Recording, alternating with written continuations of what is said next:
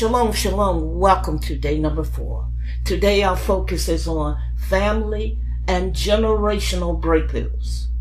You know, any consecration, we always got to go back to Isaiah 58. And verse 5, it begins like this. In such a fast as yours, what I have chosen, a day for a man to humble himself with sorrow in his soul.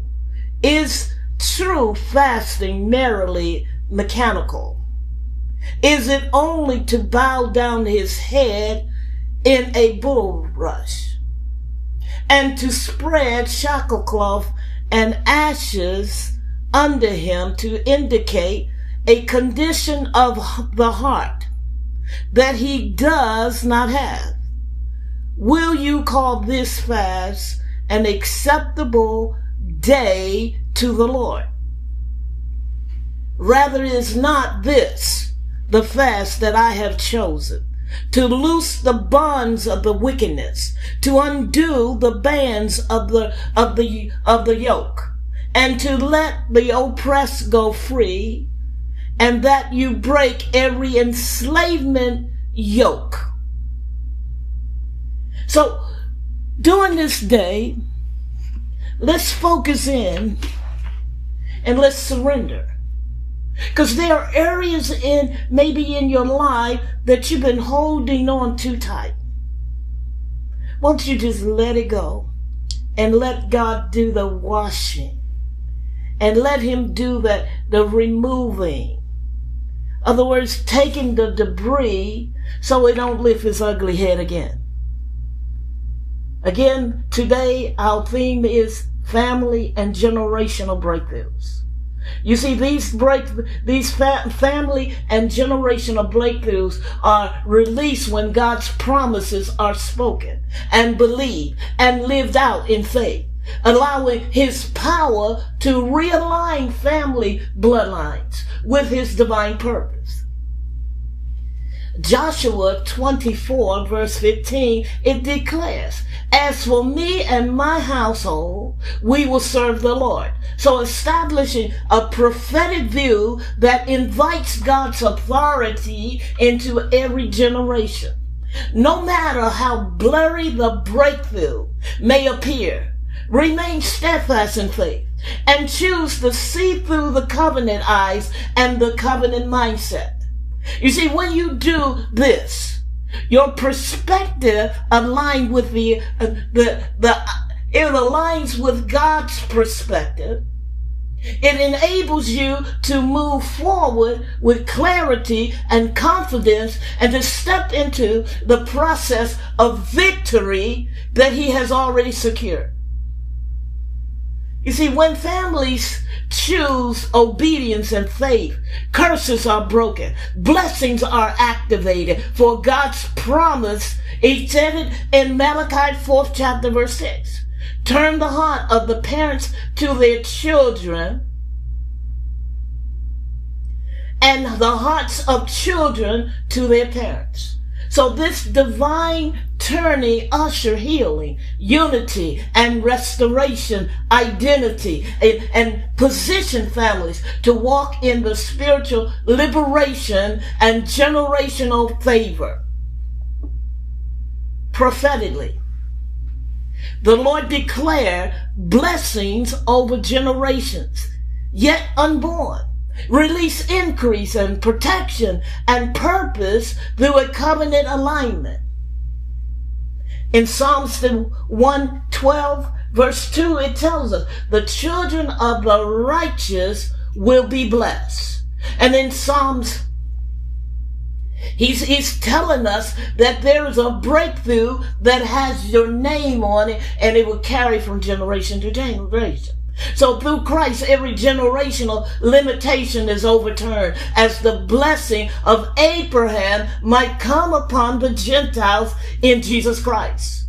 So we speak life, destiny, and divine celebration over families, declaring that what was delayed is now restored. What was broken is now healed. What was lost is now redeemed, because the Lord's faithful to establish his promise from generation to generation. And here's the 5 points for today we're going to pray. We're going to pray the covenant alignment over families. Joshua 24 verse 15 again. It tells us, as for me and my household, we will serve the Lord. Then we're going to pray to break negative generation patterns. You know, those patterns that try to dominate and bring the curse when God said you are blessed. I declare that your family shall encounter the blessing of the Lord. God just needs a body to stand in the gap and break the chains. You see, we are new creatures in Christ. And the old patterns no longer have authority. So we shouldn't be giving it authority. The third thing is we're going to pray for generational blessings and increase. God wants you to be blessed beyond your wildest dream. So let's start seeing our descendants to be mighty in the land, walk in wisdom, favor, and righteousness according to God's promises.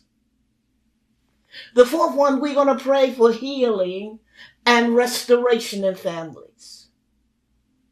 So let's release the sound and release a heart of forgiveness, of love, of peace. The reign in our homes, the reign in our relationships, in all measure of it. And this family day of prayer is not just for our natural family. It's for our spiritual family as well. If you got aught against anybody today, lay it on the table. Don't let it hijack your harvest. Be determined that I am receiving all that my Father will. And the fifth one, we're going to pray for spiritual legacy and destiny fulfillment. Let every generation walk in purpose and obedience and victory, fulfilling the destiny that God has ordained, and let his faithfulness be evidence from generation to generation. Let's take hold of it. Let's be the generation that we are determined to see the fullness of time. We are the generation that will see the plan of God coming alive, breaking chains. And I don't care if it's been generation, decades or not. Let's be the generation we take back what the devil has stolen. You know, in Deuteronomy, the 7th chapter, verse 9, it tells us, know, recognize, and understand, therefore, that the Lord your God, he is God, the faithful God, who keeps covenant and steadfast love and mercy with those who love him and keep his commandments to 1,000 generations. So, all of those lies that told you it ain't for you. It ain't for your family. Shame the devil. You take hold of it. In other words, you cry loud, you spare not. You're determined that you're going to manifest what the covenant word from Genesis to Revelation say you have. Hallelujah. May this day you have a happy consecration. May you experience a harvest that can't be denied. May you experience God's plan coming and bulldoze and just literally come and sweep your Garden of Eden in such a way the purity of our Father will produce harvest after harvest. Just like popcorn, a bag of popcorn. You put it in the microwave, you hear pop, pop, pop, pop, until it's all overflowing. That's what you should expect in your garden of life. Hallelujah. That's what you should expect. Hallelujah. Right now, that's a good place to shout about it. That's a good place to say, I'm taking back, I am taking back everything that the government of heaven has willed for my life. And this year of divine opportunities, I'm going to walk out the promises of God like I never did before. In Jesus' name, receive. Have a glorious day. And remember, what you put in this consecration is what you get out of it. Let's go to maximize levels. Let's pray in such a way that we shake the heavens in such a way that is raining his glory everywhere we go. Love you all. God bless you. Again, happy Consecration Day number 4.